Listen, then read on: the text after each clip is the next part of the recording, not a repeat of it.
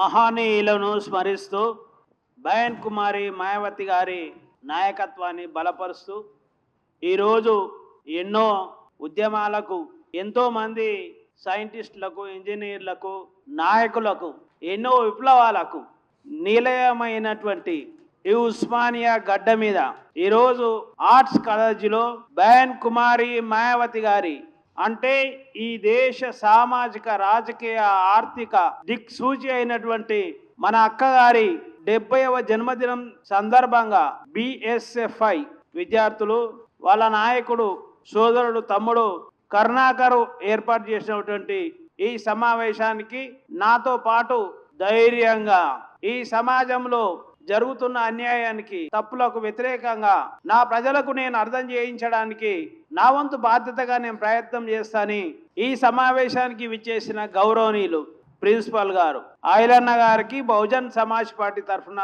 సాదరంగా మేమందరం కూడా చప్పట్లతోని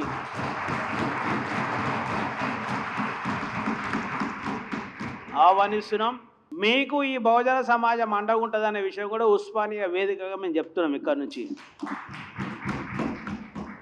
వేదిక మీద ఉన్న పెద్దలు వీరన్న గారు, ఇప్పటి వరకు ఈ సభను కొనసాగించిన రాముకు, మరియు ఇండియన్ ఏదో ఉంటుంది కదా మోడలా సైమన్ ఏదో పేరు ఉంటుంది బాగా తెలియదు, డ్యాన్సు పాటలు మంచిగా చెప్పి మనుషులను ఏం పేరు మైకేల్ జాక్సన్ కాదు ఇంకో పేరు ఏం పేరా నన్ను ఇది బాబ్ మార్లే అన్న శరత్ అన్నకు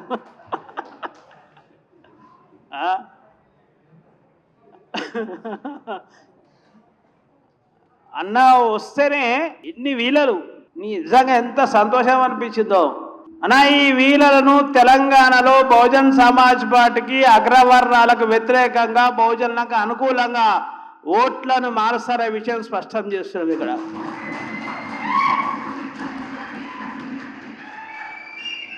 చాలా మంది విద్యార్థులకు ఇప్పుడు కరుణాకర్ పేరు తెలిసినంత కూడా నాకు తెలియదు, నా పేరు తెలియదు వీళ్ళకి ఎవరికి, అంటే నేనంత పెద్ద లీడర్ని కాదు కాబట్టి.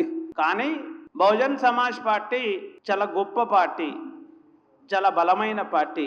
తమ్ములు చాలా కష్టపడి విద్యార్థులందరూ సమకూర్చారు. నాకు తెలిసి 20 సంవత్సరాల తర్వాత అంటే ఎప్పుడు కూడా తెలంగాణలో ఈ సంవత్సరం 2026లో బైంజీ గారి బర్త్డే సెలబ్రేషన్ జరిగినట్టు నాకు తెలివి వచ్చినప్పటి నుంచి చూడలే. నేను చాలామంది అబ్జర్వేషన్ చేస్తుంటారు నేను చెప్పిన స్టేట్మెంట్ రైట్ ఓర్ రాంగ్. జనరల్గా 50, 100, 20 మంది స్టేట్ ఎగ్జిక్యూటివ్లో బైంజీ గారి బర్త్డేలు ఘనంగా తెలంగాణలో జరపాలని నిర్ణయించినాం. పార్టీ క్యాడర్ కానీ సంక్రాంతి పండుగ ఉంటుంది కదా, సంక్రాంతి పండుగ ఉంటుంది కాబట్టి మన ప్రజలందరూ కూడా తినుడు తాగుడు ఎంజాయ్ అంటే ఈ ప్రజలకు బాగా ఇష్టం కాబట్టి ఆ పండుగ అదే కాబట్టి మనోళ్ళందరూ కూడా సంక్రాంతి నాడు బైంజీ బర్త్డే మనం ఘనంగా చేయలేము, కష్టమవుతుంది అని చర్చ జరిగింది పార్టీలో. చర్చ జరిగితే నేను ఒక విషయం అన్నా, చిన్నప్పటి నుంచి 3-4 దశాబ్దాలు నేను 50 సంవత్సరాలు ఉన్నా.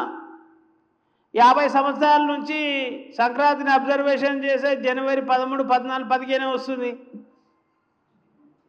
ఆ సంక్రాంతి మార్చట్లేదు. 50 సంవత్సరాలు అంటే దగ్గర నేను 40 సంవత్సరాలు అబ్జర్వేషన్ చేస్తున్నా. ఎప్పుడు సంక్రాంతి జనవరిలో వస్తుంది, 13, 14, 15 3 రోజులు.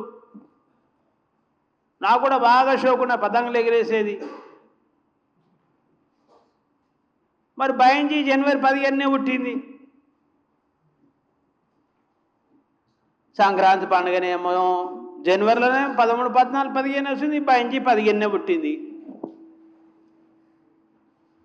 మరి బైంజీ గారి జన్మదినాన్ని చాలా ఘనంగా చేయాలంటారు.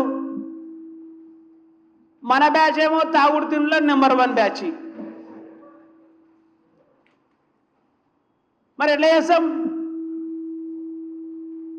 అయినా ఒక మాట అన్న, నేను సంక్రాంతి పండుగ నాడు 6 జోన్లు డివైడ్ చేసినాం. నేను ఒక జోన్ తీసుకున్నా, మహబూబ్నగర్ రంగారెడ్డి. సంక్రాంతి పండుగ నాడు ఎందుకంటే ఈ మధ్యకాలంలో చాలా షాద్నగర్లో దాడులు ఎక్కువ జరుగుతున్నాయి. నేను ఒక మాట అన్నా, ఈ సంక్రాంతి పండుగకు పతంగులు ఎగురొద్దు బై షాద్నగర్లో. బహుజనుల ఆత్మగౌరవ బీఎస్పీ జెండాలు ఎగరాలి.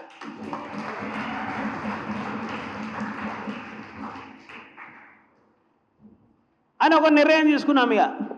నిర్ణయం తీసుకున్నాం, అక్కడ అన్నీ చేసుకున్నాం, పోలీసు వాళ్ళ పర్మిషన్ తీసుకున్నాం. పోలీసు వాళ్ళు అందరూ కూడా ఏమనుకున్నారంటే ఒక 200-300 మంది బీఎస్పీలు ఎంతమంది వస్తారు బాయ్, ఒక 200-300 వస్తే ఎక్కువ అని ఆలోచన చేసిరు. కానీ జనవరి 15 నాడు షాద్ నగర్లో పతంగులు ఎగరలేదు. ఈ బహుజనుల రాజకీయ ఆత్మగౌరవ జెండా బీఎస్పీ జెండాలు, వేల జెండాలు ఎగిరినాయి. మొత్తం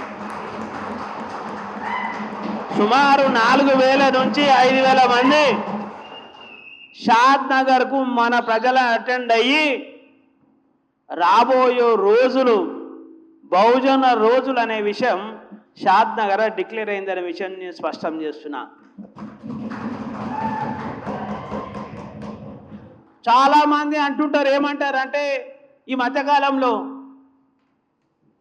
బీఎస్పీ పని అయిపోయింది, బీఎస్పీ ఏడున్నది అని చాలామంది మాట్లాడుతుంటారు. మాట్లాడుతున్న సందర్భంలో బైంజీ గారు, ఈ బహుజనుల రాజకీయ మాంత్రికుడు మాన్యవర్ కాంశీరామ్ గారి వర్ధంతి సందర్భంగా ఉత్తరప్రదేశ్లో చూసినాం మనం. లక్షల మంది ఆ మీటింగ్ అటెండ్ అయిపోయి ఈ భారతదేశంలో బహుజన రాజ్యాన్ని, మహనీయుల కోరికను, మహనీయుల ఉద్యమాన్ని ఎవరూ సంపలేరని ఉత్తరప్రదేశ్ మీటింగ్ నిరూపించింది బైంజీ గారి నాయకత్వంలో. అదేవిధంగా తెలంగాణలో కూడా బహుజన రాజ్యం రాదని, బహుజన రాజ్యం అయిపోయిందిగా, ఎవడు ఈ బహుజన రాజ్యంలో మూమెంటే లేదుగా, రాజ్యంలో అయిపోయింది అని అనుకుంటున్న ప్రజలకు షాద్ నగర్లో కేవలం 2 జిల్లా మీటింగే ఒక 5000 మంది అటెండ్ అయిపోయి మళ్ళీ బహుజనులకు రాజ్యాధికారం సాధ్యమవుతుందనే నిరూపణ మళ్ళీ జరిగిందనే విషయం కూడా స్పష్టం చేస్తున్నాను.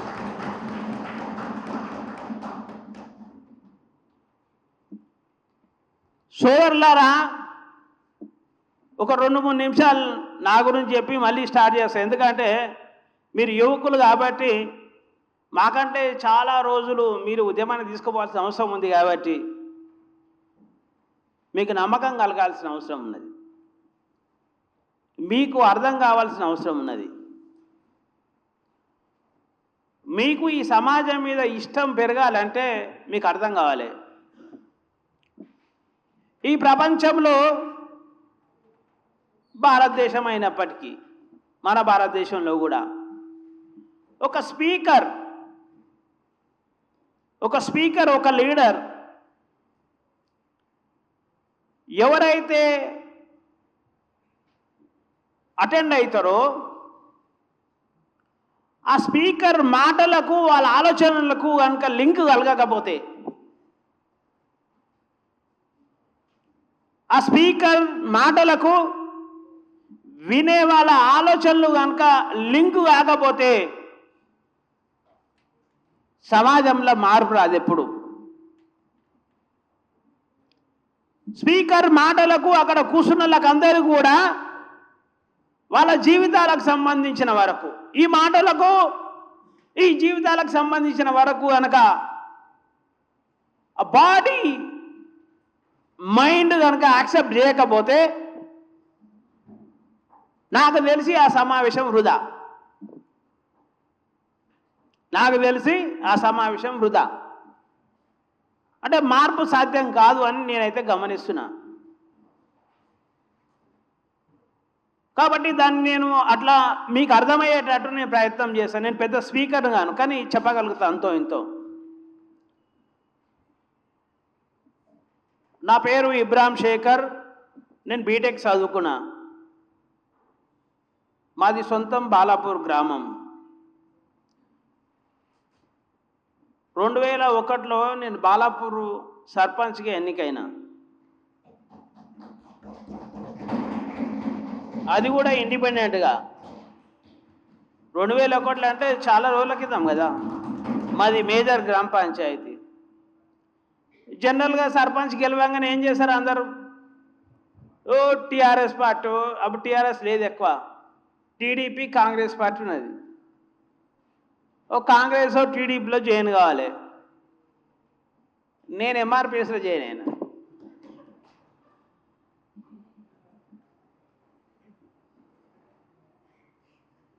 ఎలా జాయిన్ అయినా? నేను బీటెక్ చదువుకున్నా, మేజర్ గ్రామ పంచాయతీ సర్పంచ్ని, అంతో ఇంతో కొన్ని డబ్బులు కూడా ఉన్నాయి. ఏదో టీఆర్ఎస్ లేకుండా కాంగ్రెస్ టీడీపీ పోతే మన జాతిలో ఆ రోజు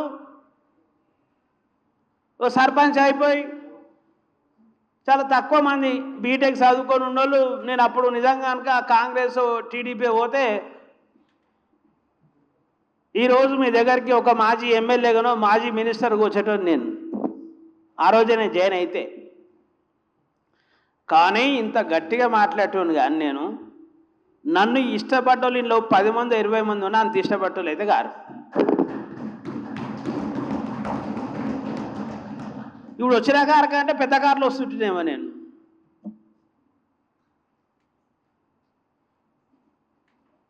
సర్పంచ్ అయినాక నెక్స్ట్ అయిపోయింది. సర్పంచ్ల సంఘం క్రియేట్ చేసిన తర్వాత ఆంధ్రప్రదేశ్ SC/ST సర్పంచ్ సంఘం అధ్యక్షుడిగా అప్పుడు కృష్ణమాది గారి ఆధ్వర్యంలో నేను పనిచేసిన. ఆయన పెద్ద టీం ఉండే మాది ఎంఆర్పిఎస్. అంటే అప్పుడు ఇట్లు ఉండకపోవు అన్న శరత్ అన్న చెప్పినప్పుడు, అన్ని దాడులే, అన్ని పంచాయతీలే, వేరే ఏముండకపో, ఎదురు వచ్చేది ఏముండకపో. పెద్ద మూమెంట్గా అది.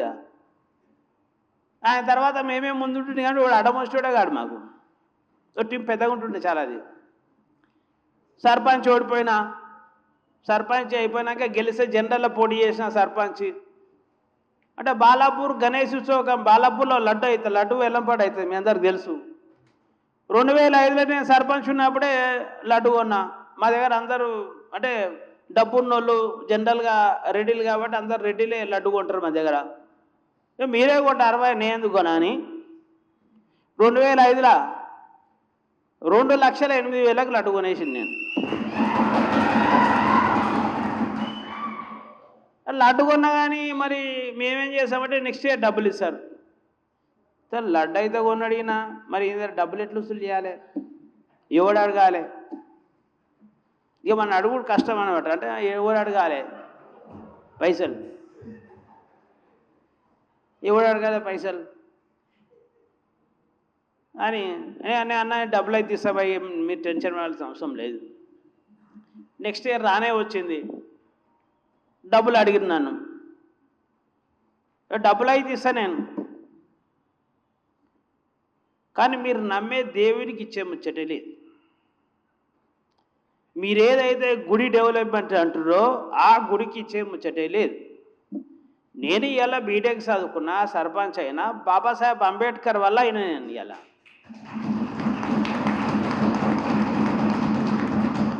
ఈరోజు నేను 2,08,000 నేను పెట్టి కొనగలిగిన అంటే అది బాబాసాహెబ్ పుణ్యం నాది.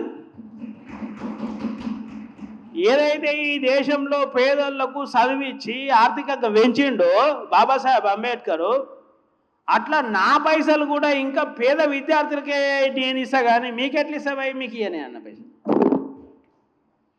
అరే అట్లా కాదు, కుదరదు, మేము గుడి డెవలప్మెంట్ అంటే ఇచ్చేదే లేదు పైసలు. మీకు ఎవరు చెప్పుకుంటారో చెప్పుకోరా అని చెప్తా. అప్పుడు ఎంఆర్పిఎస్ చాలా పెద్ద మూమెంట్. మనకట్టమోడు వస్తాడు, అసలు మనతో మాట్లాడాలంటేనే పెద్ద పంచాయతీ ఉంటుంది అప్పుడు. అరే ఎట్లా అని పెద్ద ఇప్పుడు పెద్ద మీటింగ్లు, ఇక పోలీస్ స్టేషన్లు ఇవన్నీ. ఒక డీసీపీ ఉండే మొన్న కమిషనర్ ఉండే, ఆయన మీటింగ్ పెట్టిరు. ఏమన్నా డబ్బులు ఇస్తా, నేను మాట తప్పలేను, కానీ స్కూల్కే ఇస్తా.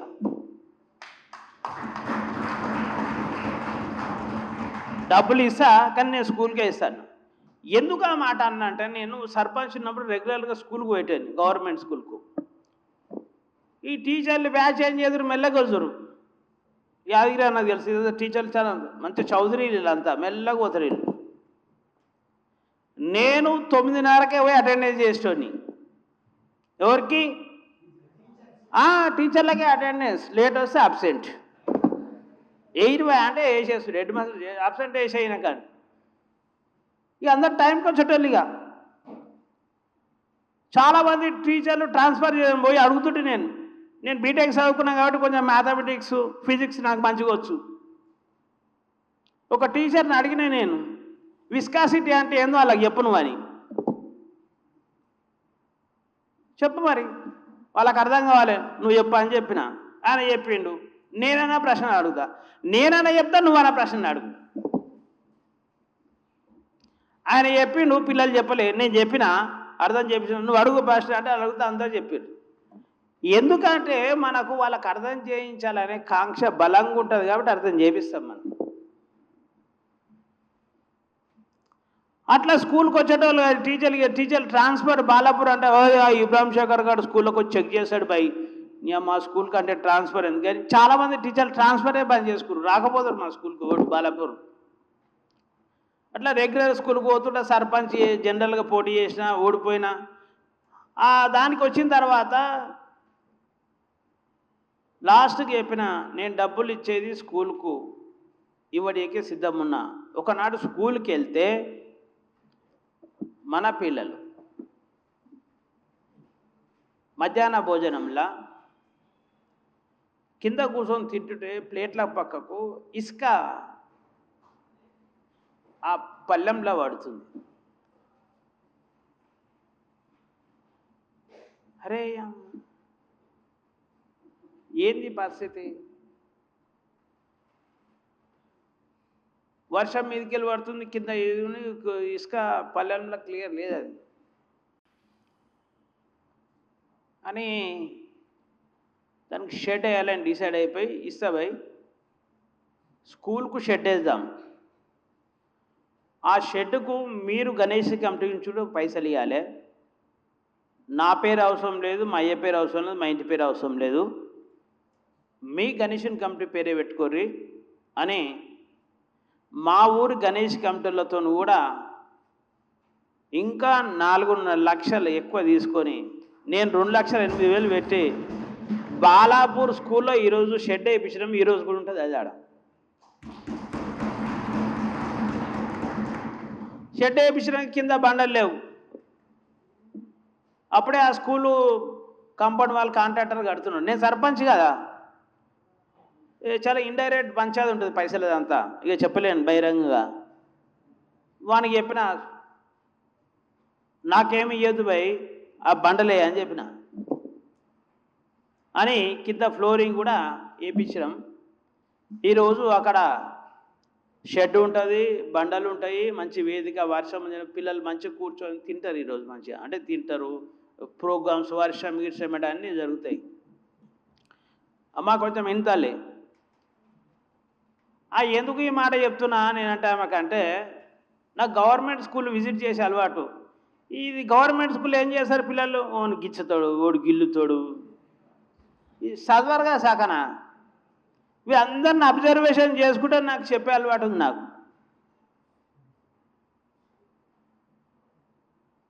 నిజంగానే మంచిగా చదువుకుంటే ఈ పంచాయతీ లేదు కదా.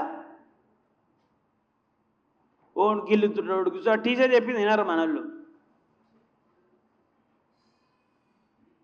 ఎందుకంటే గవర్నమెంట్ ఏం చేసింది, 1వ తరగతి నుంచి 9వ తరగతి దాకా ప్రమోటెడ్ మన ఆలోచన. నువ్వు గవర్నమెంట్ స్కూల్లో పోయి 9వ తరగతితో అడగాలి మనం.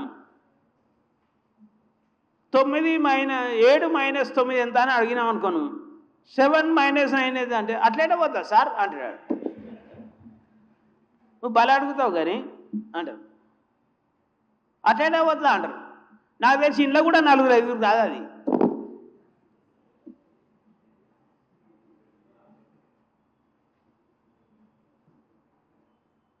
అంటే బేసిక్ ఫండమెంటల్స్ మనకు నేర్పించే పరిస్థితి లేదు, మనల్ని నేర్చుకునే పరిస్థితి లేరు. స్కూల్కి అయిన తర్వాత ఎంపీటీసీ కూడా పోటీ చేసినాం, ఓడిపోయినాం. జనరల్గా ఎంఆర్పిఎస్ నుంచి మళ్ళీ ఎమ్మెల్యేగా పోటీ చేసినాం, మహేశ్వరం నుంచి ఓడిపోయినాం. తర్వాత కాంశీరాం సార్ పుస్తకం చదివిన. కృష్ణన్న ఎంఆర్పిఎస్ మూమెంట్ ఆయన లైన్ ప్రకారం ఈసారి ఈ పార్టీకి, ఇంకోసారి ఈ పార్టీకి, ఇంకోసారి ఈ పార్టీకి అన్న లైన్ ప్రకారం ఆయన చేసుకొస్తుండు. నేను తయారు చేసినోడు నా మాట ఎందుకుంటాడు, అన్న మాటనే వింటున్నాడు. ఏదో వర్గీకరణకు అనుకూలంగా ఒక నిర్ణయం తీసుకుంటాడు ఆయన. ఆ కింద బ్యాచ్ అంతా మనం అంత పెద్ద ఫేస్ కాదు కాబట్టి ఈ బ్యాచ్ అంతా కూడా అటే ఏంటి. ఎట్లరా బాబు, ఇది పెద్ద కష్టమైంది. నాకేమో రాజకీయ కాంక్ష ఎక్కువ, కోరిక ఎక్కువ, లీడర్ కావాలి, బహుజనవాదంలా వీళ్ళ ఫోటోలు పెట్టి గెలవాలి అని మన కోరిక ఎక్కువ. ఇట్లా కాదని కాంశీరాం సార్ పుస్తకం చదివిన. చదివితే ఇది ఎంత కాదురా, నేను బీఎస్పీలో చేయను కావాలని కౌన్సిలర్గా ఇండిపెండెంట్గా పూలే అంబేద్కర్ కాంశీరాం బొమ్మ పెట్టి గెలిచి మళ్ళీ నేను బీఎస్పీలో చేయను. అయినా స్టేట్ సెక్రటరీ పదవి ఇచ్చింది నాకు. మేడం శిఖరామన్ ఉండే 120 వెహికల్లతో పెద్ద ర్యాలీ పెట్టినాం. అర్జున్ ఉండగా అది చెప్తారు, నెక్స్ట్ స్టోరీ వస్తుంది అర్జున్ కూడా.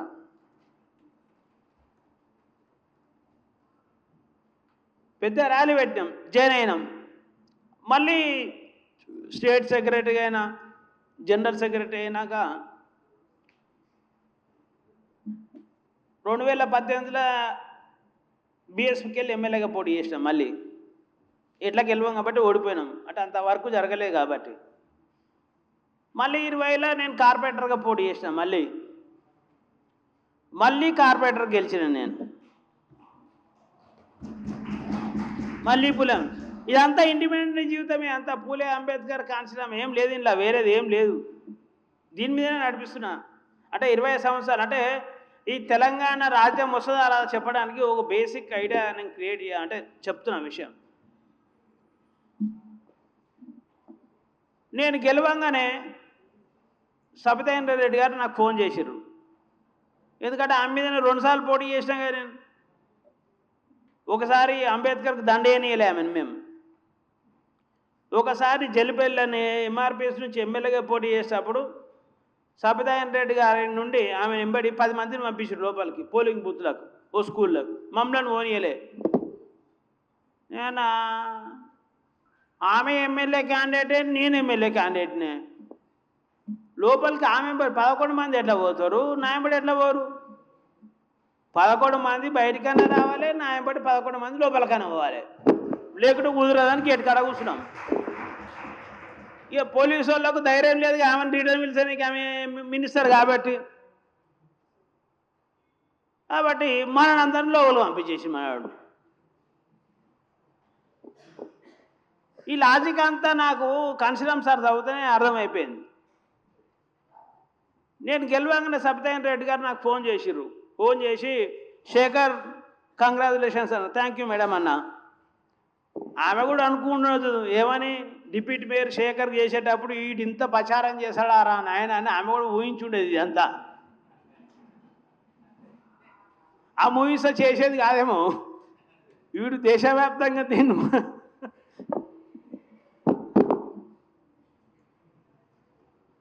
అడుగుతున్నా. ఇంటికి ఇప్పుడే గెలిచినా మేడం, దయచేసి వినండి. ఇప్పుడే గెలిచినా మేడం, నేను ఇంటికి వెళ్ళి అడుగుతుంది. అప్పుడే స్టేట్ వైడ్ కొంచెం పరిచయాలు కూడా అందరు ఫోన్లు చేస్తుంటే వాళ్ళ కొడుకు కార్తిక్ రెడ్డి వచ్చిండు అన్న మద్దతు చేయాలంటే నాకు డిప్యూటీ మేయర్ కావాలన్నా నేను అడిగిన.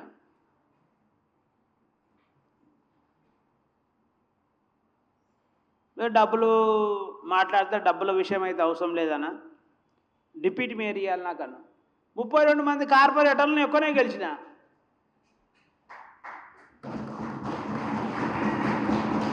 మన వాళ్ళు వేరే వాళ్ళు ఎవరు లేరు. నేను డిప్యూటీ మేయర్ అడుగుతున్నా. ఆమె ఒకరిని గెలిచినట్లా అంటే మీ ఇష్టమనా, ఇది నా చేతులు లేదు అమ్మ చేతులు ఉందని ఆయన అన్నాడు. సరే మేడంతోనే మాట్లాడదాం అంటే సాయంత్రం పిలిపించింది ఆమె. పోయినా నేను, స్వీట్ ఇచ్చిర్రు, చెప్పండి మేడం అని చెప్పిన. శేఖర్ మరి నీ మద్దతు కావాలంటే ఇస్తాం మేడం, కానీ నాకు డిప్యూటీ మేయర్ కావాలి. అరేకమాలు ఉంటుందిగా, ఏదాన్ని పట్టుకుని ఒకటే, మనది కూడా ఒకటే డిప్యూటీ మేయర్గా, వేరే ఏం లేదు ఇక. అనగానే ఆమె ఏం చేసింది అంటే, సరే నేను 90% ప్రయత్నం చేశా అంటే, నేను ఒక మాట అన్నా, మేడం మీరు ధనవంతులు బలవంతులు, మీరు కాదంటే తర్వాత నేనేం చేయలేను, డప్పు కొట్టుకుంటూ తిరుగుడు తప్ప ఇంకో పని ఏం జరగదు నాతో, ఇంకా మళ్ళీ ఈ అవకాశం వేస్ట్ అవుతుంది. మీరు నాకు డిప్యూటీ మేయర్ కమిట్ అయితే నేను మీకు కమిట్ అయితే, మీరు మీ ప్యానల్ గెలిచినా మీ ప్యానల్ ఓడిపోయినా నేను మీకు మద్దతు ఇస్తా, ఇంకోరికి మద్దతు ఇస్తా, ఇది నా కమిట్మెంట్ అని చెప్పిన. ఆమెకు తెలుసు క్లియర్గా, శేఖర్ ఒకసారి మాటిస్తే పక్క ఉంటాడని. పక్కకు పోయింది, ఎక్కడ 15 నిమిషాలు మాట్లాడింది, వచ్చింది, ఓకే అన్నది. ఓకే అన్నాక ఇక చాలామంది మొదలుపెట్టింది ఇక, ఓ మేడం వానికి ఇస్తారా మేడం, వాడు డేంజర్ గాడు, పెద్ద ధమాకారపు వంతునని, వాడు ఎప్పుడు ఏం స్కెచ్ గీస్తాడో తెలియదు మనకు, పెద్ద పంచాయతీ వంతుని వద్దని మా ఊరు రెడ్డోళ్ళు వాళ్ళు అందరూ కలిసి ఎంబడబడ్డారు. ఆమె అన్నది, నేను మాట ఇచ్చిండ్రా నాయన, ఇప్పుడు మళ్ళీ వద్దంటే వాడు డప్పు కొట్టుకుంటూ దేశమంతా తిరుగుతాడు, ఆల్రెడీ డప్పు కొట్టున్నాడు మనవాడు, కాబట్టి మళ్ళీ అదో పెద్ద పంచాయతీ. ఇప్పుడు నేను మీకే సాయం చేయబోతే రేపటి రోజున నాకు కూడా ఇబ్బంది అవుతుంది, మళ్ళా నేనైతే మాట మార్చబోయా అని చెప్పి ఆమె చెప్పింది. ఆమె కమిట్మెంట్కి ఉన్నది పాపం, ఆమె కమిట్మెంట్కి ఉంది కాబట్టే ఈరోజు మనం మాన్యవర్ కాంశీరామ్ సార్ ఎగ్జాంపుల్గా చెప్పగలుగుతున్నాం మనం ఇలా. అంటే ఒకరి అవసరాలు, అందుకే మాన్యవర్ కాంశీరామ్ సార్ ఒక మాట అంటాడు, మన శక్తి, ఇది యాద పెట్టుకోరి, ఇది చాలా ప్రతి మనిషికి అవసరమయ్యే కొటేషన్ ఇది. మన శక్తి ఇతరుల అవసరం, మన శక్తి ఇతరుల అవసరమే మనకు అవకాశం ఇస్తుంది తప్ప లేకుంటే రాదనే విషయం స్పష్టం. ఇది నేను గెలిచినాడు ఈ కొటేషన్ రాసుకున్నా నేను అన్నాక మేడం ఇచ్చేసింది, అయిపోయింది. ఇక వీడు అన్నాడు, ఇక మేడం మాట తప్పలేమే. సత్యనారాయణ రెడ్డి గారు ఇక ఎలక్షన్ మేయర్ డిప్యూటీ మేయర్ ఎన్నికల్లో వచ్చినాయి, అందరం నేను ఒక్కనే పోయినా, పైన కాంగ్రెస్కి వెళ్ళి టీఆర్ఎస్కి వచ్చిర్రు, ఆమె మేయర్ అయిపోయింది, ఆమె కూడా సపోర్ట్ చేసిర్రు, నాకు కూడా టీఆర్ఎస్కి సంబంధించిన వాళ్ళే మద్దతు ఇచ్చిర్రు, ఒకరు సపోర్ట్ చేసిర్రు మద్దతు ఇచ్చిర్రు.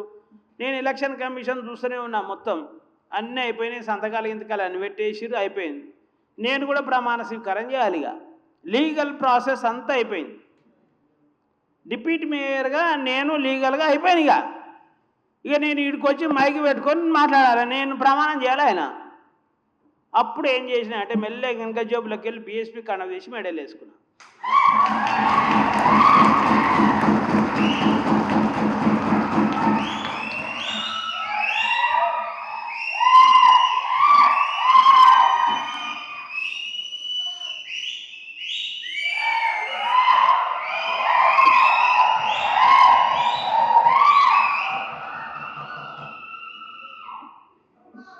ఇక అక్కడ అంతా అరే బీఎస్పీ బీఎస్పీ బీఎస్పీ బీఎస్పీ అంటున్నారు, ఏదో పామోస మనసులో అంతా టెన్షన్ పడినట్టు, లేకపోతే మెడలేదో జేరిపోతు పడ్డట్టు బీఎస్పీ బీఎస్పీ అని విచిత్రంగా చూస్తున్నారు నన్ను. కింద అందరూ ఏమనుకుంటారు అంటే మనం ఫైటింగ్ చేస్తున్నాం కదా, మనం ఫైట్ చేసుకుంటూనే వస్తున్నాం, మనం అంతా 25 ఏళ్ళ నుంచి ఫైటింగ్ చేసుకుంటూ వస్తూనే ఉన్నాం. కింద అంతా శేఖర్ అన్న అయిపోయింది భయ్, ఇక కలిసిపోయింది, ఇక మేడం వెంబడి కలిసిపోయింది టీఆర్ఎస్ అని కింద ప్రచారం. ఇక మీదికెళ్ళి ఆ పిక్ కండ్ వాళ్ళ మధ్యలో నేను బ్లూ కండ్ వేసుకొని వస్తుంటే ఇక చూడు పంచాదిగా, అరే బీఎస్పీలో మళ్ళీ ఇది చేసిన ఆయన అని ఆ రోజు నేను డిక్లేర్ చేసిన. ఈ తెలంగాణ రాష్ట్రంలో మాన్యవర్ గారు ఈయనే స్పృహ ఓల్పోయిండు, ఈ తెలంగాణ రాష్ట్రంలో మాన్యవర్ గారు ఈయనే స్పృహ ఓల్పోయిండు, ఈడనే విజయం ప్రారంభిస్తాము అని చెప్పి ఆ రోజున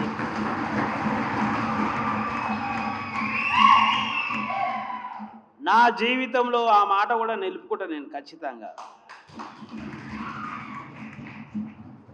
దానికి సంకేతమే ఏంటంటే చాలామంది ప్రవీణ్ సార్ వచ్చిపోయిన తర్వాత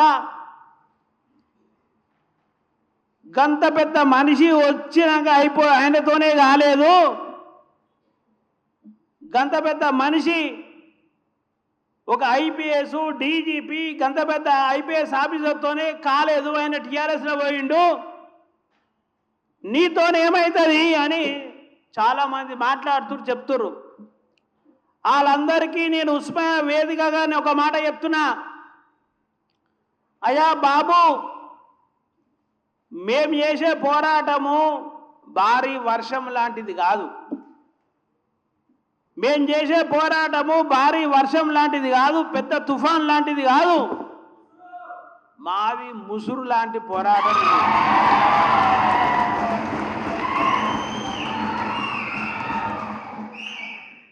భారీ వర్షం వల్ల ప్రజలకు నష్టం జరుగుతుంది, తుఫాన్ల వల్ల పంటలకు నష్టం జరుగుతుంది, ప్రజలకు నష్టం జరుగుతుంది.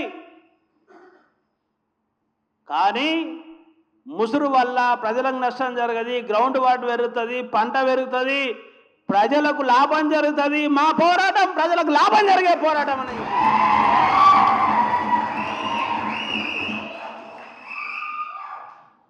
చాలామంది అనుకుంటారు మనోడు చిన్నగా ఉండు ఏమవుతుంది భయ అని.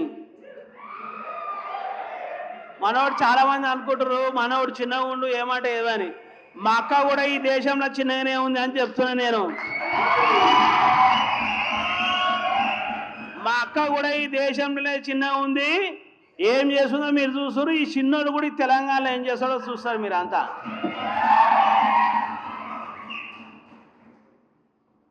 చిన్నోళ్ళు చాలా ప్రమాదం బాయ్, చాలా డేంజర్ బ్యాచ్. చరిత్రను గమనించారు మీరు, చిన్నోళ్ళు చాలా డేంజర్ గాళ్ళు. వాళ్ళ ఐడియాలు ఎవరికి అర్థం కాదు, వాళ్ళు ఏం చేస్తారో తెలియదు. కాబట్టి ఇట్స్ నాట్ ఈజీ అనమాట దాని పంచాలి. ఇంకా మళ్ళీ మనకు మాన్యవర్ కాన్సీరామ్ సార్ అర్థమైంది. కాబట్టి రీసెంట్ కూడా ఇక్కడే నేను ఉస్మానియా కూడా చెప్పిన, నేను చాలామంది మనోళ్ళు నేను విద్యార్థి సమావేశాలు అటెండ్ కావడం ఇది 3వ నేను. కానీ విద్యార్థులతో నేను 100ల సార్లు కూర్చొని డిస్కషన్ చేసిన. ఇదే ఉస్మానియా వేదికగా బహుజన్ స్టూడెంట్ యూనియన్ అని నాగేశ్వరరావు, రవి, ఇక్కడ ఉన్న అర్జును, ఇక్కడ చాలామంది చేస్తలేదు అందరు. వాళ్ళ ఉద్యమాన్ని కూడా మనం ఎప్పుడు అండగుండి మనం నడిపించినాం. వరంగల్లో కూడా వచ్చినాం కదా అర్జున్ ఒకసారి, వరంగల్ మీటింగ్ జరిగింది ఒకటి మనది. అక్కడ కూడా నేను మాట్లాడినా, నిరంతరం వాళ్ళతో పనిచేస్తుంటే ఏ విద్యార్థి సంఘాలు పనిచేసినా నేను మనస్ఫూర్తిగా సహకరించిన, వాళ్ళకు పనిచేసిన, వాళ్ళకు సపోర్ట్ చేసిన. ఈరోజు కూడా వీళ్ళ విద్యార్థి ఉద్యమానికి కూడా నేను మనస్ఫూర్తిగా సహకరిస్తా కూడా. ఎవరు మంచి చేసే వాళ్ళకి ఇబ్రాహిం శేఖర్ 100% మద్దతు ఉంటుంది. ఇలా రెండో మాట లేదు. అంటే ఎందుకు ఈ మాట చెప్తున్నా అంటే, నేను డిప్యూటీ మేయర్ ఉన్నప్పుడు ఇక్కడ అమ్మాయిలు ఉన్నారు, వీళ్ళు కూడా ఆలోచన చేయాల్సిన అవసరం ఉన్నది. ఈరోజు మనము 75 సంవత్సరాలు స్వతంత్రం దినం అయిపోయింది. మొన్ననే మనం రాజ్యాంగం దినోత్సవం చేసుకున్నాం. కానీ ఈ దేశంలో, ఈ రాష్ట్రంలో, మన రాష్ట్రం పరిస్థితి చూసుకుంటే 12,700 గ్రామాలుంటే 18 లక్షల మంది గవర్నమెంట్ స్కూల్లో చదువుతున్నారు. అందులో 12 లక్షల మంది అమ్మాయిలు. 12 లక్షల మంది అమ్మాయిలు. ఏ స్కూల్లో టాయిలెట్లు ఉంటాయి కానీ టాయిలెట్లు క్లీన్ ఉండయి, టాయిలెట్లు మెయింటెనెన్స్ ఉండయి. మన బిడ్డలు, మీ చెల్లెళ్ళు, నా వయసు అంటే నా బిడ్డలే అన్నట్టు, మీకు అందరికీ చెల్లెళ్ళు, మంచినీళ్ళు తాగే పరిస్థితి లేదు స్కూల్లో, కాలేజీలో. మంచినీళ్ళు తాగితే టాయిలెట్ చేయాలి, టాయిలెట్ వ్యవస్థ ఉండదు. టాయిలెట్ కంట్రోల్ చేసుకుంటే హార్మోన్స్ ఇన్బ్యాలెన్స్ అవుతుంది. హార్మోన్స్ ఇన్బ్యాలెన్స్ అయిపోయి ఫ్యూచర్లో పిల్లలకు కూడా ప్రాబ్లం అయ్యే పరిస్థితి ఉంది. 2 మంచినీళ్ళు తాగకపోతే కిడ్నీ ప్రాబ్లం అవుతుంది. దానికి సాక్ష్యమే ఒక 6 నెలల క్రితము ఉస్మానియా హాస్పిటల్లో 109 మంది పిల్లలకు 109 మంది పిల్లలకు రీసెర్చ్ చేస్తే మంచినీళ్ళు కిడ్నీలు ఎందుకు ఖరాబ్ అయినాయి అంటే మంచినీళ్ళు తాగకపోవడం వల్ల అని తేలింది. నేను ఒక మాట అంటున్నా, నాటి ముఖ్యమంత్రి కేసీఆర్ గారు, నేటి ముఖ్యమంత్రి రేవంత్ రెడ్డి గారు, మీరు ఈ తెలంగాణ రాష్ట్రాన్ని ఎంతో బాగా చేశామని, అభివృద్ధి చేస్తున్నామని, ఈ తెలంగాణ ప్రజలకు మీరే ఈ దేశానికి రోల్ మోడల్ అని ఆయన ప్రచారం చేసుకున్నాడు, మీరు ప్రచారం చేసుకుంటారు.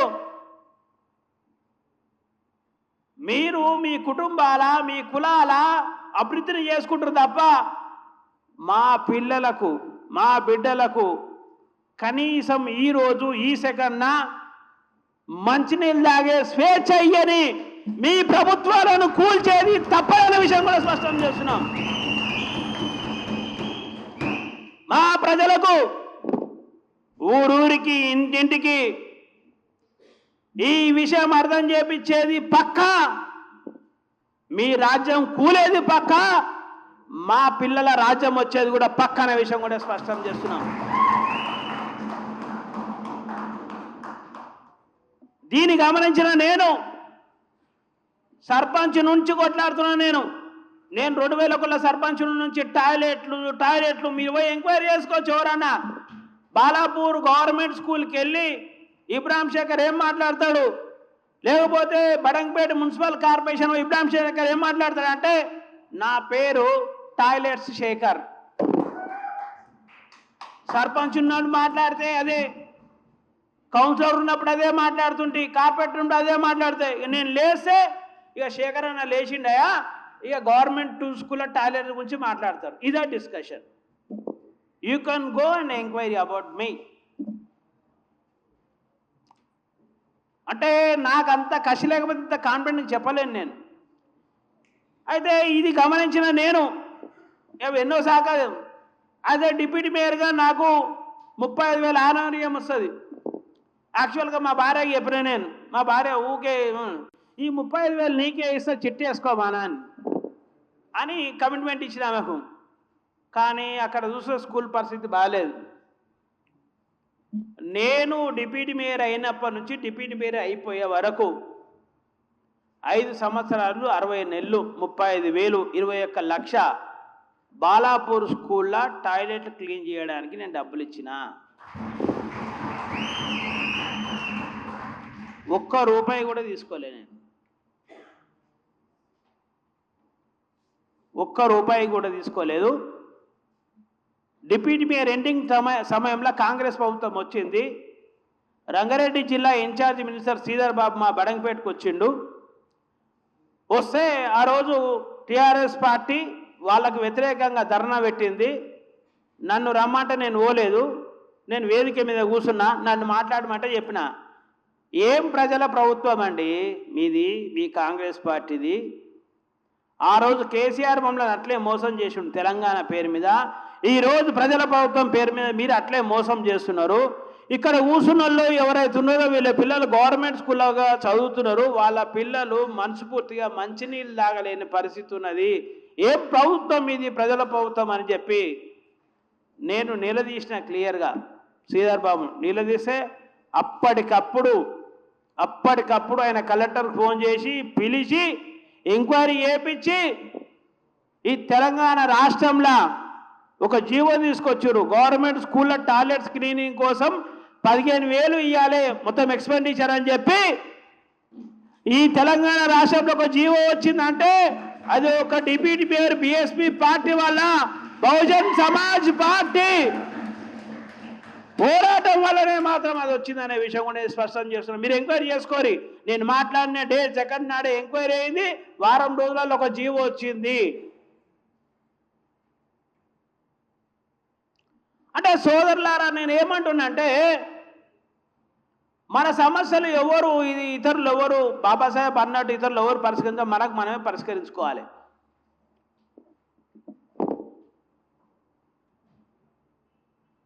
కాబట్టి మీ అందరికి ఏమంటున్నది అంటే ఈ తెలంగాణలో మనం అందరం కూడా అంబేద్కర్ పేరు మీద, పూలే పేరు మీద, సాహు మహారాజ్ పేరు మీద, బహుజన్ సమాజ్ పేరు మీద, లేకపోతే ఇంకా ఇతర కులాల సంఘాల పేరు మీద మనమందరం కూడా మీటింగులు పెట్టుకునేది దేనికంటే మనం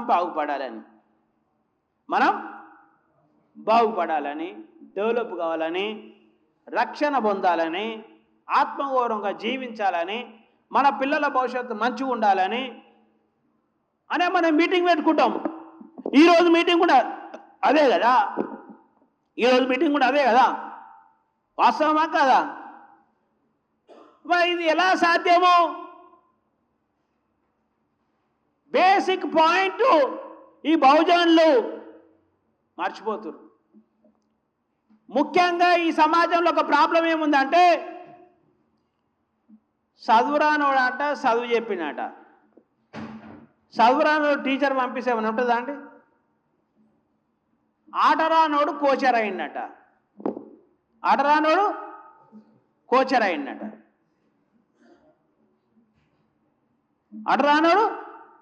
కోచర్ అయిపోయింది. ఓ క్రికెట్ ఆడుతుంటే ఈడ కూర్చొని, ఇంటికాడ కూర్చొని, అరే నేనైతే ఇట్లా కొడుతుంటా 6, అట్లా కొడుతుంటా 6 అంటుంటాడు. ఈడు ఊహిస్తాడు. అట్లా ఈ తెలంగాణలో బహుజన రాజ్యాధికారం అని మాట్లాడితే ఎట్లా సాధ్యమవుతుంది? మనోళ్ళందరూ కూడా రన్నింగ్ రేస్ నేర్చుకున్నారు. రన్నింగ్ రేస్ అంటే ఎడ్యుకేషన్, బిజినెస్, డబ్బు. అంటే నువ్వు చాలా సిన్సియర్గా ఉండి సిన్సియర్ ప్రాక్టీస్ చేస్తే నువ్వు నీవు ఒక సంకల్పం చేసుకుని నువ్వు వేయగలిగితే, ఫిట్నెస్ మెయింటైన్ చేయగలిగితే రన్నింగ్ రేస్లో నువ్వు ఫస్ట్ ర్యాంక్ రావచ్చు. అందులో నేను డిస్టర్బ్ చేసేవాళ్ళు ఎవడు ఉండడు. అది ఎడ్యుకేషను, అది బిజినెస్, అది డబ్బు. కానీ politics is a kabaddi game. నన్నోడు ముట్టుకోవద్దు, నన్నోడు పట్టుకోవద్దు, నన్ను కాలు పట్టి గూంచొద్దు అంటే కుదరదు. కుదురుతుందా? అట్టేమన్నా కుదురుతుందా అంటున్నా? వాడు చల్లిపడితే ఆడకపోతే అవుట్ ఇస్తాడు. ఒక్కరి మీద 5 మంది పడిపోతారు అక్కడ. కాబట్టి మనము రన్నింగ్ నేర్చుకున్నాము కానీ కబడ్డీ గేమ్ నేర్చుకోలేదు. ఈ తెలంగాణలో బహుజన రాజ్యం సాధించాలంటే కబడ్డీ గేమ్ నేర్చుకోవాలి. మనము కబడ్డీ గేమ్కు స్ట్రెంత్ అవసరమే, టెక్నిక్ అవసరమే. పాలిటిక్స్లో కూడా జన సమీకరణతో పాటు ఎప్పుడేం స్టెప్పులు వేయాలని కూడా మనకు తెలియాలి. కాబట్టి సోదరులారా, ఈ దేశంలో ఏ పేదరికాన్ని మనం దూరం చేసుకోవాలనుకుంటున్నామో, ఈ అగ్రవర్ణాల్లాగా మనం ఎదగాలనుకుంటున్నామో, అభివృద్ధి చెందాలనుకుంటున్నామో, అందులో మనం ఫెయిల్ కావడానికి కారణం కూడా మనమే. ఎందుకు మనం అంటున్నంటే, బాబాసాహెబ్ అంబేద్కర్ చెప్పిన మాటలు మనకు అర్థమైనా కాలేదా నాకు తెలియదు. కానీ మీకు ఒక విషయం చెప్తా. ఇది భారత రాజ్యాంగం బుక్కు, అంతే కదా, భారత రాజ్యాంగం బుక్కు. ఇది ఎవరో కాదు, మన వివేక్ వెంకట స్వామి గారు చేసిరు. ఇది అథెంటిక్ బుక్. ఇది మినిస్టర్ కదా అన్న, వివేక్ వెంకట స్వామి మినిస్టరే కదా ఆయన. భారత రాజ్యాంగం అంటే ఇది క్లియర్ అథెంటికే కదా. ఇది అథెంటిక్ కాదా? అథెంటిక్. ఇక్కడ మీకు చదివింపి సైడ్ ఉంటుంది చూడు, పేజ్ నెంబర్ మీరు చూసుకోవచ్చు, 99, సార్వజనిక వయోజన ఓటింగ్ హక్కు. ఇక్కడ ఏం రాసిన అంటే 1930 ప్రాంతంలో ఓటు హక్కు ఎవరికి ఇవ్వాలనే ప్రశ్న వచ్చినప్పుడు కాంగ్రెస్ నాయకులు ఎవరికి తోచిన రీతిన వారే తమ అభిప్రాయాలను ప్రతిపాదించారు. ప్రభుత్వానికి పన్నులు కట్టగల స్థితిమంతులకు ఓటు హక్కు ఇవ్వాలని గాంధీ అన్నారు. ప్రభుత్వానికి పన్నులు కట్టగల స్థితిమంతులు ఓటు హక్కు ఇవ్వాలని గాంధీ అన్నారు. మనకు పువ్వలేని బ్యాచ్ అనేది. ప్రభుత్వానికి పన్ను కట్టే పరిస్థితి 1930లో ఉందా అండి? గంజి తినే సమయం మనది అది. ఎప్పుడు మనది గంజి తినే సమయం ఆ రోజు, అవునా కాదా? గంజి లేకుండా గాంధీ గారు అన్నారు పన్నులు కట్టగల స్థితికి ఉన్నప్పుడు రాజకుటుంబాలకు 100 ఎకరాల భూములు గల జమీందారులకు ఓటాకు ఇవ్వాలని నెహ్రూ అన్నాడు. రాజకుటుంబాలకు 100 ఎకరాల భూములు గల జమీందారులకు ఓటాకు ఇవ్వాలని నెహ్రూ చెప్పారు. వినండి, డిగ్రీ నెహ్రూ ఏమన్నాడు? 100 ఎకరాల భూమి ఉండాలంట, రాజకుటుంబాలంట ఓటాకు ఇవ్వాలంటే. డిగ్రీ చదివిన విద్యావేత్తలకు మాత్రమే ఓటాకు ఇవ్వాలని సర్దార్ వల్లభాయ్ పటేల్ అన్నాడు. ఏమన్నాడు సర్దార్ వల్లభాయ్ పటేల్? డిగ్రీ చదివిన విద్యావేత్తలకు మాత్రమే ఓటాకు ఇవ్వాలని సర్దార్ వల్లభాయ్ పటేల్ చెప్పారు. గాంధీ ఏమో పన్నులు కట్టాలన్నాడు, నెహ్రూ గారేమో 100 ఎకరాల భూమి ఉండాలన్నాడు, సర్దార్ వల్లభాయ్ పటేల్ ఏమో డిగ్రీ పాస్ ఉండాలన్నాడు. ఇది ఎప్పుడిది? 1930ల. అప్పుడు 1930 కాలంలో పన్నులు కట్టేవారు ఎవరై ఉంటారో మనం అర్థం చేసుకోవచ్చును. అలాగే రాజకుటుంబాలు 100 ఎకరాల భూములు ఉన్నవారు ఎవరో కూడా అర్థం అవుతూనే ఉన్నది. డిగ్రీలు చదివేగలే వారు ఎవరో కూడా తేటతెల్లం అవుతూనే ఉంది. ఈ 3 వర్గాల్లోకి ఎస్సీ, ఎస్టీ, బీసీ, మైనార్టీలు రాలేరు. ఈ ప్రతిపాదన బ్రిటిష్ ప్రభుత్వం అంగీకరించి ఉంటే ఎస్సీ, ఎస్టీ, బీసీ, మైనార్టీ వర్గాలు ఎన్నటికీ ఓటు హక్కులు పొందలేవు. ఈ ప్రమాదాన్ని గుర్తించిన డాక్టర్ బిఆర్ అంబేద్కర్, వినండి దయచేసి, ఏ బాబు ఈయన, ఈ ప్రమాదాన్ని గుర్తించిన డాక్టర్ బిఆర్ అంబేద్కర్ కుల, మత, లింగ, ప్రాంతం, హోదాతో సంబంధం లేకుండా వయోజనులందరికీ ఓటుకు ప్రసాదించాలని, ఓటు హక్కు అనేది ప్రజల ప్రాథమిక హక్కు అన్నది గ్రహించాలని పోరాడి లండన్ రౌండ్ టేబుల్ సమావేశంలో బ్రిటిష్ వారిని ఒప్పించి సార్వజనిక వయోజన ఓటు హక్కు సాధించాడు. దాని ఫలితమే మనం ఈనాడు ఓటు హక్కును పొందగలిగాం.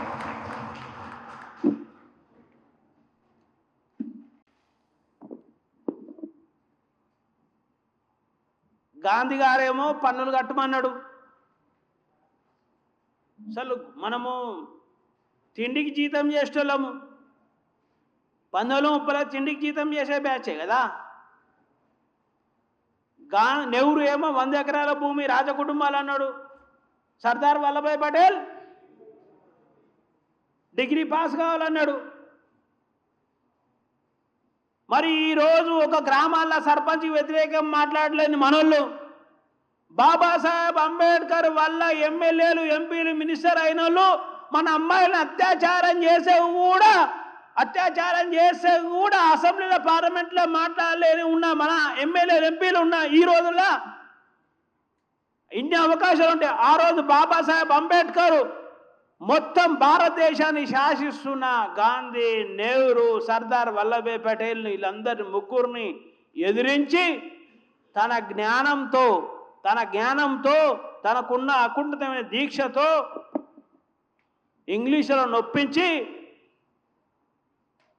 ఏమీ లేకున్నా, భూమి, డబ్బు, చదువు ఏమీ లేకున్నా ఓటు హక్కు ఇవ్వాలి, లేకపోతే మీ అందరినీ ప్రపంచంలో దృష్టిలో దోషిగా నిలబడతాని బాబాసాహెబ్ అంబేద్కర్ గట్టిగా బెదిరించింది కాబట్టే మనకు అవునా కాదా? అంటే ఓటు హక్కు ఇచ్చింది ఎవరు మనకు? చాలా మంది మనోళ్ళు మీటింగ్లో చెప్తారు బాబాసాహెబ్ అంబేద్కర్ వల్లనే మనకు ఓటు వచ్చిందని. కానీ ఓటు ఉట్టిగా రాలే, పోరాటం చేస్తే వచ్చింది. ఆ ఓటును అడ్డుకున్న ఎవరో మనకు తెలవాల్సిన అవసరం ఉన్నది. మనకు ఓటు రాకుండా అడ్డుకున్నది గాంధీ గారు, నెహ్రూ గారు, సర్దార్ వల్లభాయ్ పటేల్ గారు. వాళ్ళను విభేదించి వాళ్ళతో కొట్లాడి బాబాసాహెబ్ అంబేద్కర్ ఓటు హక్కు ఇచ్చిండు. నిజమా కాదా? ఎస్. ఈ సమాజంలో, భారతదేశంలో 2 రకాల జీవులు ఉంటాయి. ఏముంటాయి? 2 రకాల జీవులు ఉంటాయి. ఏం జీవులు అవి? మనుషులు, జంతువులు. అవునా కదా? మనుషులు, జంతువులు రెండే కదా. ఒకటి మాట్లాడితే మాట్లాడాయి. నిజమా కదా? కుక్కలు, నక్కలు, పందులు, దున్నపోతులు, ఆవులు ఇవన్నీ ఉంటాయి కదా. ఏమన్నా ఆవు ఈవు వాళ్ళ దేవుడు అంట, ఇలా మన దేవుడు అంతా ఉంటాయి కదా. అవన్నీ మనుషులు. ఓటు మనుషులకు ఉంటుందా, జంతువులకు ఉంటుందా? సప్రియమేరా ఓటు హక్కు. దున్నపోతుకు, బర్రెకు, ఆవుకు, కుక్కకు, నక్కకు ఓటు ఉందా? లేదు కదా. ఉందా అనా? మనకున్నది ఓటు. అవునా? మరి ఆ రోజు వాళ్ళు ముగ్గురు ఈ ఓటు వద్దన్నారు అంటే మనకు వద్దన్నట్టే కదా, లేనంటే. అంటే వాళ్ళు ఏం చేసిరు? మనను జంతువులు అన్నారు. ఏమన్నారు వాళ్ళు? గాంధీ గారు, నెహ్రూ గారు, సర్దార్ వల్లభాయ్ పటేల్ గారు ఈ దేశంలో ఉన్న ఎస్సీ, ఎస్టీ, బీసీ, మైనారిటీలు అందరూ కూడా జంతువులు అన్నారు. ఏమన్నారు? జంతువులు అన్నారు. కానీ బాబాసాహెబ్ అంబేద్కర్ తన జ్ఞానం వల్ల, తనకున్న ప్రేమ వల్ల, తనకున్న త్యాగం వల్ల, మిస్టర్ గాంధీ, నెహ్రూ, సర్దార్ వల్లభాయ్ పటేల్, నేను బతుకున్నంత వరకు మా మనుషులను, మా ప్రజలను మీరు జంతువులను చేయలేరు. కాబట్టి నేను ఇంగ్లీషుతో కొట్లాడి మీకు వ్యతిరేకంగా మా ప్రజలందరినీ నేను మనుషులను చేస్తున్నానని చెప్పి మనకు ఓటు హక్కిచ్చింది. చాలామంది మాట్లాడుతూ ఈరోజు నా ఓటు హక్కు ఉంది, ఈ ఎమ్మెల్యే నన్ను వల్కరియాడా, ఈ సర్పంచ్ గారు నా దగ్గర రాడా, ఈ వార్డు మెంబర్ గారు నన్ను వల్కరియాడా చూసుకుంటా ఈ సంగతి, ఈ ఎంపీటీ సార్ గారు నన్ను వల్కరియాడా ఈ సంగతి చూసుకుంటా, ఈ ఎమ్మెల్యే ఎక్కువ మాట్లాడుతున్నావా ఈ సంగతి చూసుకుంటా అని మనోళ్ళు తొడలు కొడుతారు, డైలాగులు కొడుతారు అందరూ. ఈ డైలాగులన్నీ మీకు ఇది బాబాసాహెబ్ అంబేద్కర్ డైలాగులు అంటున్నాను నేను. అవునా కాదా? మరి బాబాసాహెబ్ అంబేద్కర్ గారు మనందరికి ఓటు హక్కు ఎట్లా ఇచ్చిండు? ఆయన లండన్ పోయేటాడు, ఆయన కొడుకు చనిపోయాడు. ఒక సందర్భంలో రమాబాయి గారు డాక్టర్ బిఆర్ అంబేద్కర్ గారికి ఫోన్ చేసి, అంబేద్కర్ సార్ ఫోన్ చేశాడు మేడంకు, మేడం డబ్బులు పంపించాలి, ఇంకా పంపించలేదని. రమాబాయి మేడం ఎట్లా పంపుతుంది డబ్బులు? పిడికలు కొట్టి పంపుతుంది. ఎట్లా పంపుతుంది? పిడికలు కొట్టి పంపుతుంది. ఇంకా పంపించాలి డబ్బులు ఎట్లా అని అడుగుతాడు. మేడం అంటుంది, ఏమంటుంది అంటే, పిల్లలకు ఆరోగ్యం బాగలేదు, ఏమైనా మేనేజ్ చేసుకో అంటది. నీ పిల్లల సంగతి పక్కకు పెట్టు, నేను చదువుకోకపోతే ఈ దేశంలో మనలాంటి పిల్లలు కోట్ల మంది ఆగమవుతారు. ఆ డబ్బులు నాకు పంపి నువ్వేమైనా మేనేజ్ చేసుకో అంటాడు ఆయన. కఠినాత్ముడైన బాబాసాహెబ్ అంబేద్కర్ చాలా కఠినమైన మనిషి ఆయన. మనం అంటామా అట్లా? అంత ధైర్యం ఉందా? ధైర్యం ఉంటే తెలంగాణలో ఎప్పుడో రాజ్యం వచ్చేది మనకు.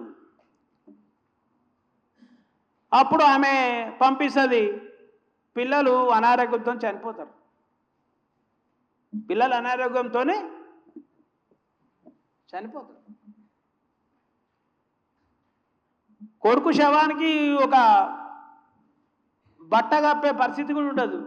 రమాబాయి మేడం ఆ చీర ఇంపి కట్టి పెడతారు. ఇంత త్యాగం చేసి బాబాసాహెబ్ అంబేద్కర్ మనకు మనుషులు చేసి ఓటు హక్కు ఇచ్చారు. అవునా కాదా?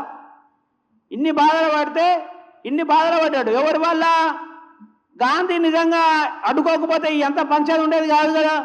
నెహ్రూ అడ్డుకోకపోతే ఎంత బాధ అయ్యేది కాదు కదా. సర్దార్ వల్లభాయ్ పటేల్ అంటే ఇవన్నీ బాధ పడేది కాదు కదా. అంటే ఈ ముగ్గురి వల్లనే కదా బాబాసాహెబ్ అంబేద్కర్ ఎన్ని బాధపడ్డాడు.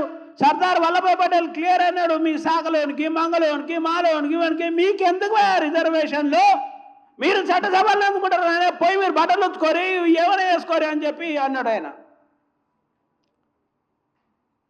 మరి ఓటు ఎవరికి వేయాలి? మనం ఇవ్వాలా? గాంధీ గారికి వేయాలనా, నెహ్రూ గారికి వేయాలనా, సర్దార్ వల్లభాయ్ పటేల్కి వేయాలనా, బాబాసాహెబ్ అంబేద్కర్కి వేయాలనా? ఎవరికి వేయాలి? బాబాసాహెబ్ అంబేద్కర్కి వేయాలి. అవునా? ఓటు అంటే ఎట్లుంటుందా బాబు? కాంగ్రెస్ పార్టీకి ఓటు ఉంటుంది, టీఆర్ఎస్ పార్టీకి ఓటు ఉంటుంది, బీజేపీ పార్టీకి ఓటు ఉంటుంది, బహుజన్ సమాజ్ పార్టీకి ఓటు ఉంటుంది. అవునా? ఓటు అంటే ఇవే కదా, నాలుగే కదా ఇలా. Congress party, TRS party, BJP party, Bahujan Samaj party. Congress party అంటే చెయ్యి, టీఆర్ఎస్ పార్టీ అంటే కారు, బీజేపీ పార్టీ అంటే పువ్వు, ఆంధ్రప్రదేశ్లో టీడీపీ అంటే సైకిల్, వైఎస్ఆర్ అంటే ఫ్యాను, బీఎస్పీ అంటే ఏనుగు గుర్తు. అవునా? నేను ఒక మాట అడుగుతున్నా, బాబాసాహెబ్ అంబేద్కర్ బొమ్మ కాంగ్రెస్ పార్టీలో ఉందా అంటున్నా? ఉందా లేదా చెప్పురి. లేదు కదా. కాంగ్రెస్ పార్టీలో నెహ్రూ బొమ్మ ఉంటుంది, గాంధీ బొమ్మ ఉంటుంది. అవునా కదా? బాబాసాహెబ్ బొమ్మ లేదు. టీఆర్ఎస్ పార్టీలో బాబాసాహెబ్ అంబేద్కర్ బొమ్మ ఉందా? లేదు. మరి బీజేపీ పార్టీలో బాబాసాహెబ్ అంబేద్కర్ బొమ్మ ఉందా? లేదు కదా. మరి బాబాసాహెబ్ అంబేద్కర్ బొమ్మ, బాబాసాహెబ్ ఐడియాలజీ, బాబాసాహెబ్ లక్ష్యం ఉన్న పార్టీ, ఏకైక పార్టీ ఏ పార్టీ అయినా బహుజన్ సమాజ్ పార్టీ. అవునా కాదా? నిజమా కాదా? మరి ఎవరికేలా ఓటు మనం ఎలా? ఎవరికేలా అంటున్నా? చెయ్యికే వెళ్ళనా, సైకిల్కే వెళ్ళనా, కారుకే వెళ్ళనా, పువ్వుకే వెళ్ళనా, ప్యాన్కే వెళ్ళనా, ఏనుకే వెళ్ళనా? ఎవరికే వెళ్ళి? మరి మరి వేస్తున్నామా మనం? వేస్తున్నామా? వేస్తాం కాదు, వేస్తున్నామా అంటున్నా? వేస్తలేం. అయితే ఈరోజు మనమైనా మన పేదలుగా కొనసాగడానికి, ఈరోజు మనపై మన అమ్మాయిలను అత్యాచారం చేయడానికి, బాబు ఎన్నో ఏనా అయిపోయిందిగా. మనలో ఓపిక తక్కువ. డిస్కో డ్యాన్స్ అన్న పాటలు పాడిసి ఇంకా 4 గంటలు కూర్చుంటారు. ఇప్పుడు అన్నను పాట పాడిస్తే మళ్ళీ ఈలలు బోలలు దుమ్ము రేసది. ఇప్పుడు మళ్ళా బాధ్యత గుర్తు చేసే భయం అవుతుంది మనలకు. ఇదెక్కడి పంచాదరా నాయన, వీడు పని చెప్తుడు మనకు. ఏమన్నా చెప్పాలా, మనలోకి పని చెప్పొద్దు. అవునా కాదా? ఏమన్నా చెప్పాలి, నువ్వు పని చెప్పినావు అనుకో, వీడు మంచోడు కాడిపోయి అంటాడు. అమ్మ మంచిది, అయ్యే మంచోడు కాడి. అమ్మ అయ్యనేమో చదువుకోమని, అమ్మనేమో తిన్నావు బిడ్డ అంటది. మమ్మీ చాలా గుడ్రా నాయన. నిజమా కదా? పని చెప్పొద్దు మనలకు. ఈరోజు మనం పేదలుగా కొనసాగడానికి కారణం ఏంటంటే, ఎవరైతే ఈ దేశంలో మనం జంతువులు అంటున్నారో వాళ్ళకు మనం ఓట్లేస్తున్నాం. జంతువు డెవలప్ అవుతుంది భయ్. జంతువు పని ఏందా? జంతువు పని ఏంది అన్న? ఏందన్న జంతువు పని? శరతాన్న నువ్వే చెప్పాలి, బాగా చెప్తాడు అన్న. జంతువు పని ఏంది? తినాలి. అవునా? మనిషి పెడితే తింటుంది, మనిషి కోసం కష్టం చేస్తుంది. మనిషి పెడితే తింటుంది, మనిషి కోసం కష్టం చేస్తుంది. ఇల్లు కూడా కట్టుకోదు, షెడ్డో బొడ్డో మనిషే కట్టాలి, లాస్ట్కు వస్తుంది. డెవలప్మెంట్ ఉంటుంది ఆ జంతువుది ఏమన్నా? జంతువుది డెవలప్మెంట్ ఉంటుందా ఏమన్నా అంటున్నా? ఎప్పుడు మనిషి మీదనే ఆధారపడుతుంది. నిజమా కాదా? జంతువు ఎప్పుడు కూడా మనిషి మీద ఆధారపడుతుంది, మనిషిని డెవలప్ చేస్తుంది. 2 జంతువులు కలిసి 10 ఎకరాల భూమి దుంతాయి. అవునా? ఒక మనిషి దుంతాడు 2 ఎడ్లు, దానికి 2 ఎడ్ల గడ్డి పోగా వాడు గడ్డి అమ్ముతాడు, మళ్ళా వరి అమ్ముతాడు, కూరగాయలు అమ్ముతాడు, అన్నీ అమ్ముతాడు. వీడు 10 లక్షలు సంపాదిస్తాడు, 10,000 గడ్డి వేసాడు. దానికి ఎంత వేసాడు? 10,000 గడ్డి వేసి 5 లక్షల రూపాయలు పాలై వింటాడు. అవునా కదా? అంటే ఈ దేశంలో అకార్డింగ్ టు గాంధీ, నెహ్రూ, సర్దార్ వల్లభాయ్ ప్రకారం మనము 85% జంతువులం.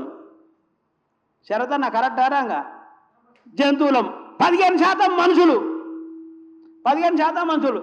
ఈ 80% మనుషులు జంతువులు పనిచేసే 15% వాళ్ళు ఈ దేశంలో కుబేర్లు అయిపోయారు మొత్తం.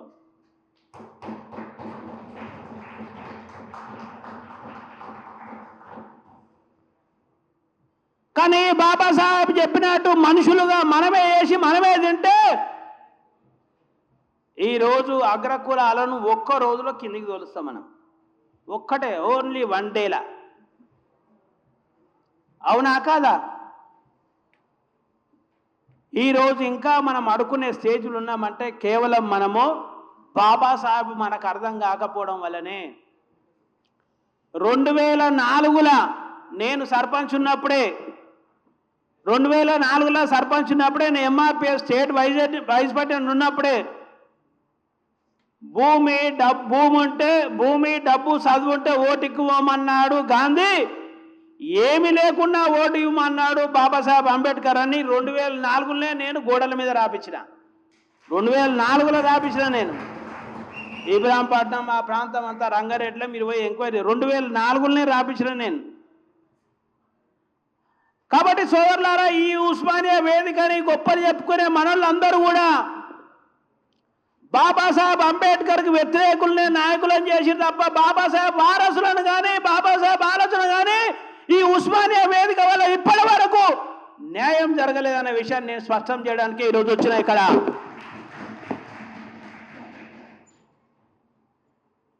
తెలంగాణ ఉద్యమం పేరు మీద ఉస్మానియా యూనివర్సిటీలో ఇప్పటి కూడా మేము ఉద్యమకారులం అని చెప్పుకుంటాం. మనలందరూ కూడా బాబాసాహెబ్ అంబేద్కర్ను చంపిన నాయకులని మాత్రమే మీరు నాయకులు చేసిరు తప్ప బాబాసాహెబ్ అంబేద్కరిజాన్ని మీరు బలపరిచింది లేదనే విషయాన్ని చెప్పడానికే ఈరోజు ఉస్మానియా యూనివర్సిటీకి వచ్చిన.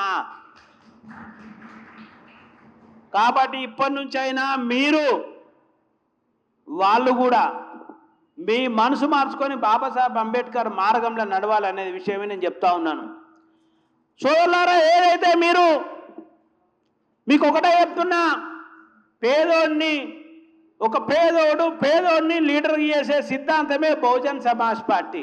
ఒక పేదోడిని ఇంకో పేదోడు లీడర్గా నాయకుడిగా తయారు చేసే సిద్ధాంతమే Bahujan Samaj party. Congress, TRS, BJP ధనవంతులు మన పేదలను లీడర్ చేసే సిద్ధాంతమే కాంగ్రెస్ పార్టీది, టీఆర్ఎస్ పార్టీది, బీజేపీ పార్టీది. అది వాళ్ళ డైరెక్షన్ ఉంటుంది. మన డైరెక్షన్ మనది మాత్రం మనకే ఉంటుంది అన్న విషయం కూడా నేను స్పష్టం చేస్తున్నా. కాబట్టి ఏదైతే ఉస్మానియా వేదికగా తెలంగాణ ఉద్యమం జరిగిందో ఆ తెలంగాణ ఉద్యమంలో పాటలు వారు ఆటలాడిరు, చప్పట్లు వచ్చినాయి, వీళ్ళు వచ్చినాయి. ఇవన్నీ కూడా బహుజనులకు అన్యాయం చేసిన పార్టీలకు అన్యాయం చేసిన వాళ్లకు ఓట్లుగా మారినవి. శరతన తెలంగాణ ఉద్యమంలో మన పాటలు చప్పట్లు కొట్టించినాయి, మన పాటలు వీలలేపించినాయి, మన పాటలను ఓట్లు వేయించినాయి. అవి ఎవరికి వేయించినాయి అంటే బాబాసాహెబ్ అంబేద్కర్ వ్యతిరేకులకు వేయించినాయి. ఆ చప్పట్లను, ఆ వీళ్ళను, ఆ పాటలను బాబాసాహెబ్ అనుగుణంగా మనం మార్చగలిగితే 100% తెలంగాణలో రాజ్యం వస్తుంది. అది బహుజన్ సమాజ్ పార్టీ ఆధ్వర్యంలో అయితేనే సాధ్యమవుతుంది, లేకుంటే కాదనే విషయం కూడా నేను స్పష్టం చేస్తాను. తెలంగాణ ఉద్యమం అంటే మనోళ్ళు చాలా మంది అనుకుంటారు రాజ్యాధికారం అంటే కేవలం డబ్బుకు సంబంధించింది, వాదానికి సంబంధించింది కాదని మాట్లాడుకుంటేనే డబ్బు లేకుండానే అన్ని తప్పుడు వాదాలను గెలిపిన చరిత్ర కూడా బహుజనులది అనే విషయం కూడా స్పష్టం చేస్తున్నా. డబ్బు రాజకీయాన్ని గెలవలేదని చెప్పుకుంటేనే, వాదం రాజకీయం డబ్బులు లేకుంటే నడదని చెప్పుకుంటేనే, డబ్బులు లేకుండానే వాదాన్ని గెలిపించిన, తప్పుడు వాదాన్ని గెలిపించిన చరిత్ర ఈ తెలంగాణ రాష్ట్రంలో బహుజనులు అనే విషయం కూడా నేను స్పష్టం చేస్తున్నా. అది ఎట్లా మీరు ఒకసారి చూడండి. మనమంతా కూడా తప్పుడు వాదాన్ని గెలిపిస్తున్నాం. భారతదేశంలో స్వతంత్ర పోరాటం జరుగుతుంది. ఇంగ్లీష్ వాళ్ళు మనం పరిపాలించారు. ఇంగ్లీష్ వాళ్ళు పరిపాలిస్తే మన భారతీయులకు ఆత్మగౌరవం సమస్య వచ్చింది.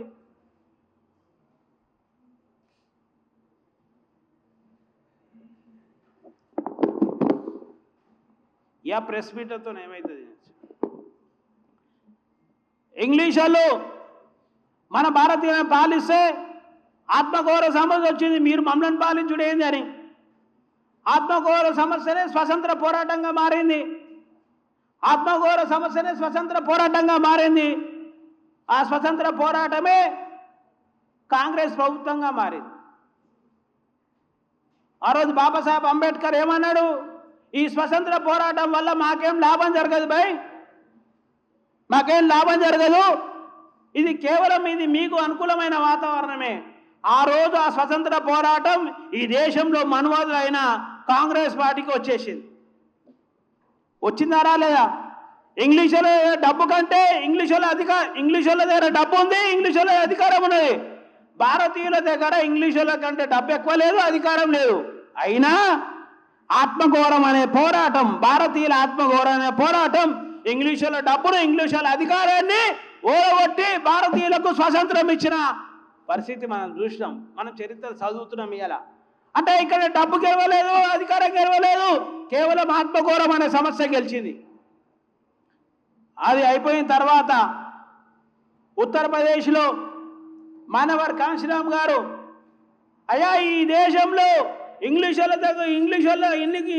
దగ్గర భారతీయులకు ఎట్లయితే ఆత్మగౌరవం లేదో, మాకు కూడా ఈ భారతీయ మనువాదుల దగ్గర మాకు కూడా ఆత్మగౌరవం లేదని నార్త్ మొత్తం ఉత్తరప్రదేశ్లో ఇంటింటికి తిరిగి, మాకు ఆత్మగౌరవం రావాలంటే ఇంగ్లీష్ వాళ్ళ దగ్గర మీకు ఎట్లా రాజ్యం వచ్చిందో మాకు కూడా ఎట్లా రాజ్యం రావాలని మొత్తం ఇల్లు తిరిగి ఈ దేశ నిశ్చల కులం మేవట్లలో కింద ఉన్న ఓ చమార్ కులానికి సంబంధించిన ఒక అమ్మాయిని భారతదేశంలో అతిపెద్ద రాష్ట్రమైన ఉత్తరప్రదేశ్, ఎన్నో దేశాల కంటే పెద్దదైన ఉత్తరప్రదేశ్కి ముఖ్యమంత్రి చేసిన చరిత్ర ఆత్మగౌరవ పోరాటం.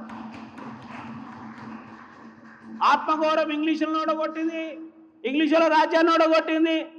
మన ఆత్మగౌరవం బాబాసాహెబ్ సిద్ధాంతం, పూలే సిద్ధాంతం, కాంశీరామ్ గారు మనవాళ్ళ ఈ దేశంలో ఉన్న మనవాళ్ళ డబ్బును, వాళ్ళ అధికారాన్ని ఓడగొట్టి ఉత్తరప్రదేశ్లో అంటరాని మహిళను ఈరోజు మన నాయకురాలు బహన్జీ మాయావతి గారిని ముఖ్యమంత్రి చేసింది.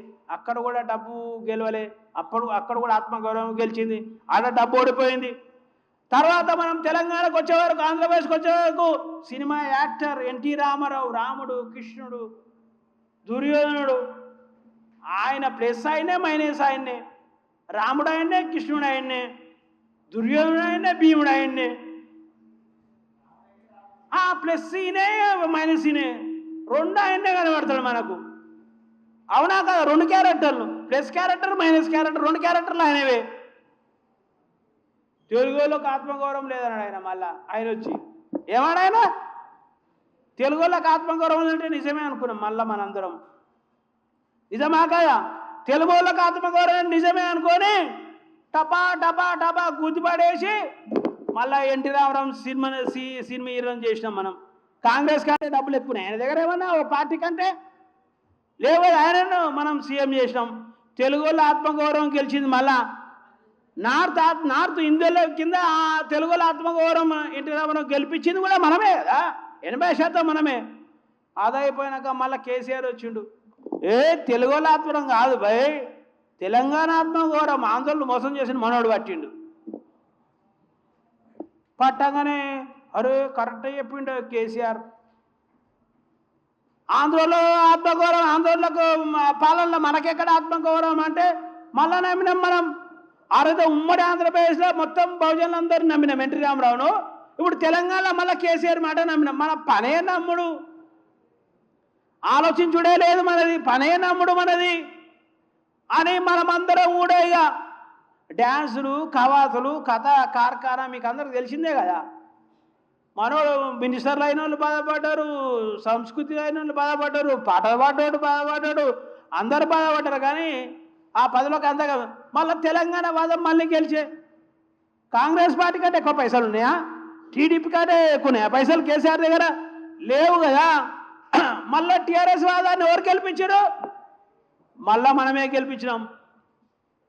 50 సంవత్సరాల పోరాటమే కదా అది తెలంగాణ వాదం. ఇప్పుడు బహుజన వాదం గెలిపిద్దామంటే ఏ ఊకో అన్న పైసలు లేవు మన దగ్గర అంటారు.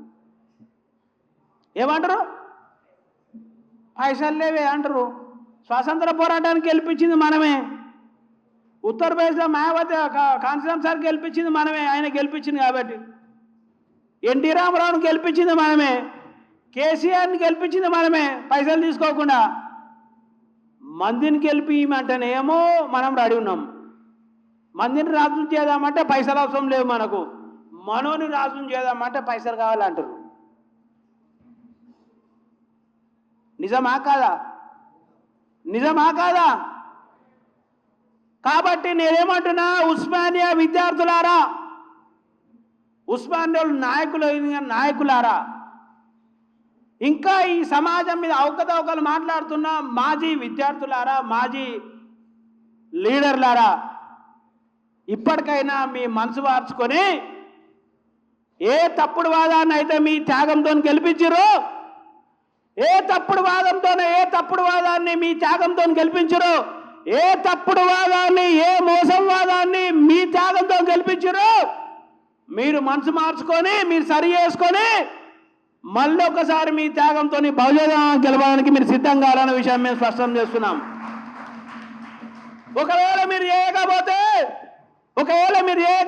మీరు కలిసి రాకపోతే రేపటి రోజున మీరు తెలంగాణలో ద్రోవులు కూడా ఉండాల్సిన అవసరం వస్తున్న విషయం కూడా స్పష్టం చేస్తున్నాం. తప్ప శరతన తప్ప చెప్పే తప్పైతే రెడీ డిస్కషన్. కాబట్టి ఈ తెలంగాణలో బహుజనుల ఆత్మగౌరవ పోరాటం ప్రారంభమైంది. ఈ ఆత్మగౌరవం పోరాటాన్ని ఆపే శక్తి ఎవరికీ లేదనే విషయం కూడా మేము స్పష్టం చేస్తున్నాము.